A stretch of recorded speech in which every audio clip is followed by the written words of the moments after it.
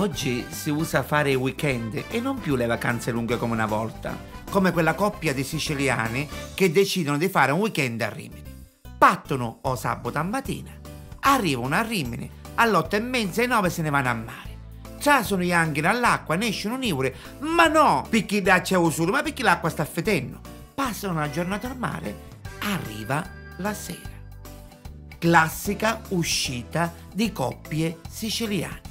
I femmini avanti, i mascoli arreri. I femmini, classica discussione. Lisa di Revamblosa, orgoglio, ma soprattutto beautiful. Picchi se ne pessa una puntata e non sanno bruc come io a finire con queste mise. Volevo io come finire. Se mise con Stefani, perché non ci restavo più nudo. I mascoli invece parlano sempre di una cosa.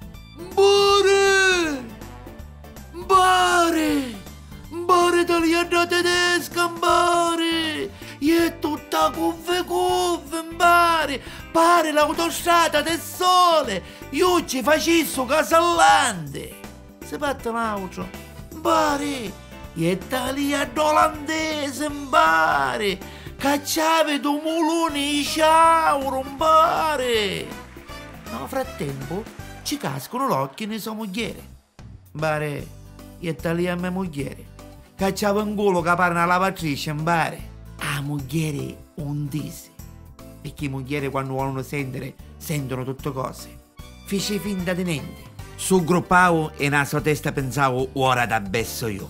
Passa a serata, a cena, o gelatetto, o digestivo. Ritorno in albergo. A signora da lavatrice se ne va a puttonare dell'albergo e ci fa signor puttonaro. Per cortesia, fra 5 minuti me la mette una musica secchia, se ne acchiamano all'albergo, entrano nella stanza, la signora della lavatrice al marito. Vedo, cucchi di che stai venendo.